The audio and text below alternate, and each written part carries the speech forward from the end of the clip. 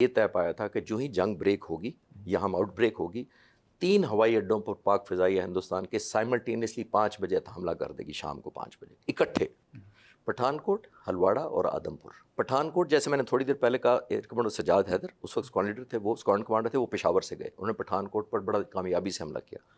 M عالم نے کرنا تھا آدم پور پر۔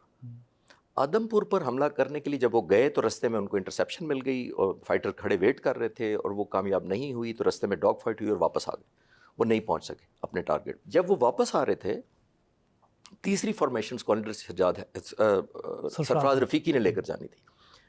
ہمارا کیونکہ سیالکوٹ پر حملہ ہو چکا تھا 600 ٹینکوں کے ساتھ، سیالکوٹ کو خطرہ تھا، ادھر لاہور کو خطرہ تھا، تو پاکستان آرمی نے ایئر فورس سے کہا کہ آپ اپنے پلان چھوڑیں، پاکستان آرمی کو سپورٹ کریں۔ تو ہمارے موسٹلی جہاز گراؤنڈ فورسز کو، ٹروپس کو فائر سپورٹ کرنے کے لیے ادھر چلے گئے۔ جہاز اس مشن کے لیے جس میں اسکواڈرن لیڈر سرفراز رفیقی نے جانا تھا، 8 جہاز سب ٹکڑیوں میں گئے تھے، ان کی 8 کی بجائے سوچے 3 جہاز ملے ان کو، 8 کی بجائے۔ تو اب یہ ان کو پتا تھا یہ مشن بڑا کرٹیکل ہے، یہ میں نے حملہ آور ہونا ہے ہلواڑہ پر اور اس کو تباہ کرنا ہے، کیونکہ یہ رن وے بچ گیا ہے تو دشمن ابھی ادھر سے ٹیک آف کرے گا۔ اب ویورز کی اور آسانی کے لیے بتا دیتا ہوں کہ تباہ کرتے کیوں ہیں، کہ دشمن وہاں سے ٹیک آف کر کے ہم پہ حملہ آور نہ ہو، جب ہماری لینڈ فورسز جائیں یا ہماری ایئر فورس جائے اسٹرائک کرنے کے لیے، ادھر سے ہمیں ریزسٹنس نہ کوئی دے، تو رن وے اگر گراؤنڈ ہوگا۔ اب آپ سوچئے لاجیکلی سرپرائز 5 بجے کا تھا، 5 بجے اسکواڈرن لیڈر سجاد حیدر اور ایم عالم جا چکے ہیں، واپس بھی آ چکے ہیں، ان کو جہاز نہیں ملے ٹائم پہ، ان کو جہاز ملے 6 بجے شام، یعنی 1 گھنٹہ لیٹ، اور دشمن کو پتا تھا کہ ہمارا یہی رن وے بچا ہے، اس پر تو اٹیک آنا ہی آنا ہے، اور 8 کی بجائے 3۔ یہ تو ون وے ٹکٹ تھی، ون وے ٹکٹ تھی، بالکل ٹھیک آپ نے کہا۔ لیکن پھر گئے اور آپ ویژولائز کریں اس میں وہی ہوا، پھر اس میں سے 3 میں سے 2 پائلٹ واپس نہیں آئے، انکلوڈنگ اسکواڈرن لیڈر سجاد سرفراز رفیقی۔ اور یہ کمال کا بات ہے، جو سب سے زیادہ میں ان کو ہیرو کیوں مانتا ہوں، مینٹورشپ، دیکھیے جاتے ہی انہوں نے ایک دشمن کے جہاز کو مارا میزائل سے، پھر اپنی گنز فائر کی دوسرے کے اوپر، تو گن جیم ہو گئی، ان کے پاس کوئی ویپن نہیں تھا۔ بھٹی صاحب، ہمارا یہ ایس او پی رولز یا آرڈرز ہوتے ہیں کہ اگر آپ no weapons no fighting no staying in the combat, یعنی اگر آپ کا ویپن نہیں ہے آپ واپس آئیں گے تاکہ ری لوڈ کر کے جنگ میں نہیں ٹھہرنا۔ ان کو پتا تھا کہ کیونکہ میں 8 کی بجائے 3 جہاز لایا ہوں اور یہاں 10 جہازوں نے ہمیں گھیرا ہوا ہے جو لڑ رہے ہیں ہمارے ساتھ، تو میں اگر واپس چلا جاؤں ایز لیڈر تو یہ دونوں واپس نہیں آئیں گے۔ انہوں نے اس کامبیٹ میں ٹھہرنا پسند کیا، یعنی ان کو بجائے فائٹ سے نکل جاتے، گائیڈ کیا اپنے فارمیشن کے ممبرز کو، ان کے ساتھ دیا ایز اے لیڈر۔ آپ ویژولائز کریں، میں اکثر لوگوں کو کہتا ہوں کہ ان کے لیے شہادت میٹر آف چانس نہیں تھا، میٹر آف ٹائم تھا کہ کب آنی ہے، یہ نہیں تھا کہ آنی ہے کہ نہیں آنی ہے۔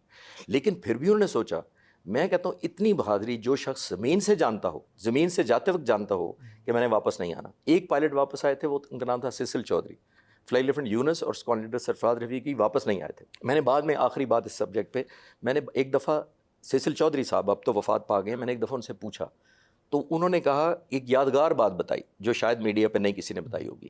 انہوں نے کہا جب میں جہاز پر جا رہا تھا ٹیک آف سے پہلے، 3 لوگ جا رہے ہیں، 4 جا رہے تھے، ایک خراب ہو گیا تھا اس لیے میں 3 ہی کا ذکر کر رہا ہوں، تو جب جا رہے تھے تو مجھے آواز دی سرفراز رفیقی نے واپس اور کہا کہ سیسل، تو میں نے سمجھا کوئی بریفنگ میں چینج ہے یا کوئی بات اور ایڈ کرنی ہے، تو میں واپس آیا۔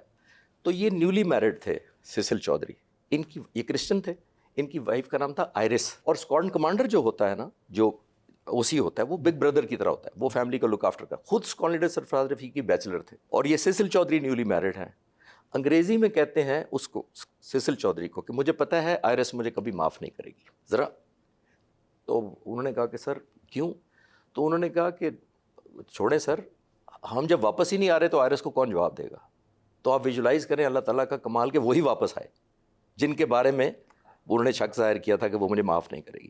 تو میں یہ کہنا چاہ رہا ہوں کہ ایسا جذبہ جب ہوتا ہے، اور میں نے ان سے یہ بھی پوچھا کہ پھر آپ ان کی جگہ ہوتے تو کرتے، انہوں نے کہا میں بھی وہی کرتا جو انہوں نے میرے لیے کیا تھا۔ تو یہ ایک اسپرٹ، یہ لیگیسی ہے، ان ہیروز نے ہم جیسے لوگوں کو یہ سٹینڈرڈ سیٹ کر کے دیے، اور ہم نے کوشش کی ہے کہ جو آج JF-17 تھنڈر اڑا رہے ہیں یا JF-17 اڑا رہے ہیں، ہم ان کو پاس کریں، کیونکہ یہ لیگیسی نہیں ہے، یہ قرض ہے ان لوگوں پر، اور یہ آج کا نہیں ہے۔ 65 کی جنگ میں چھوٹی سی بات آخری اس پہ کرتا ہوں، ایئر مارشل نور خان سے جنگ کے بعد کسی نے، جرنلسٹ نے آپ جیسے نے پوچھا کہ ایئر مارشل صاحب سب سے مشکل کیا تھی آپ کی جنگ کے دوران؟ تو ایئر مارشل نور خان نے کہا کہ میری سب سے بڑی مشکل یہ نہیں تھی کہ پائلٹس کو جنگ میں دھکیلوں کیسے، میری مشکل یہ تھی کہ روکوں کیسے۔ آج بھی یہی ہے۔ میں آج بھی پائلٹ سے جب بات کی، میں جنگ کے بعد مجھے آنر ہے کہ میں گیا آپریشنز روم میں اور پائلٹ سے کچھ ملا آفٹر دس مئی کے واقعے کے بعد. وہاں مجھے بتایا کہ پائلٹس چھپ جاتے تھے ادھر ادھر کرو روم میں، جن کی چھٹی ہو چکی ہوتی تھی، جن کو کہا گیا تھا سو جاؤ جا کے، وہ چھٹی نہیں کرتے تھے کہ شاید کوئی ایمرجنسی کے مشن ایسے آ جائیں تو میری بھی ضرورت پڑ جائے. تو یہ میں جو آپ کو کہہ رہا تھا نا کہ یہ ان ہیروز کا ہمارے اوپر candidate Sarfaraz Rafiqui, M Alam, Sajjad Haider and many more. سمندر کی طرف اور ہے، میں ایک اور وہ علیحدہ ایک سٹوری ہے کانڈیڈیٹ شبیر عالم صدیقی، ان کو نہیں میں بھولنا چاہتا، وہ بامبر پائلٹ تھے. 2 مشن الاؤڈ تھے رات کو بٹی صاحب، رات کو جانا تھا لو لیول سمندر کے اوپر، بھوج جام نگر پہ اٹیک کرتے تھے ہندوستان کے جا کر. 2 مشن سے ہو کر آئے، چھٹی نہیں کر رہے تھے کہ شاید کچھ چانس لگ جائے. صبح کے آئے ہوئے تھے، 3 بجے وہی ہوا، ایک جگہ بنی، ان کو مشن مل گیا، واپس گئے. تو میں یہ کہہ رہا ہوں کہ یہ لیگیسی ہے جو ہمارے ہیروز کی، جو ہمارے اوپر ہے، اور الحمدللہ اسی لیے پاک فضائیہ کا نام ہے ان لوگوں کی قربانیاں اور ان کو ٹریبیوٹ اور سلام.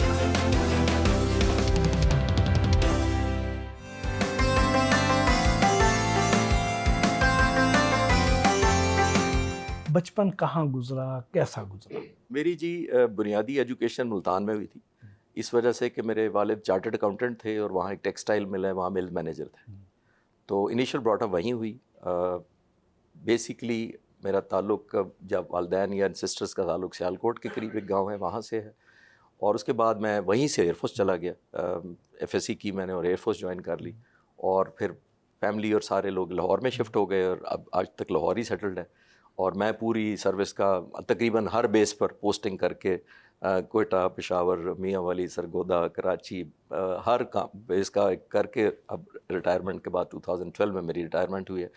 اس کے بعد سے میں یہاں ہوں الحمدللہ، اور کچھ یونیورسٹیز میں انکلوڈنگ لمز میں پڑھاتا ہوں، اور آپ جیسے دوستوں سے ملاقات ہوتی ہے اور گپے شپے مار لیتے ہیں. بچپن میں خاموش طبع تھے، شرارتی تھے، پڑھاکو تھے، کیا تھے؟ نہیں، بہت پڑھاکو نہیں تھا میں، مجھے ایئر فورس نے پڑھنے پہ لگا دیا.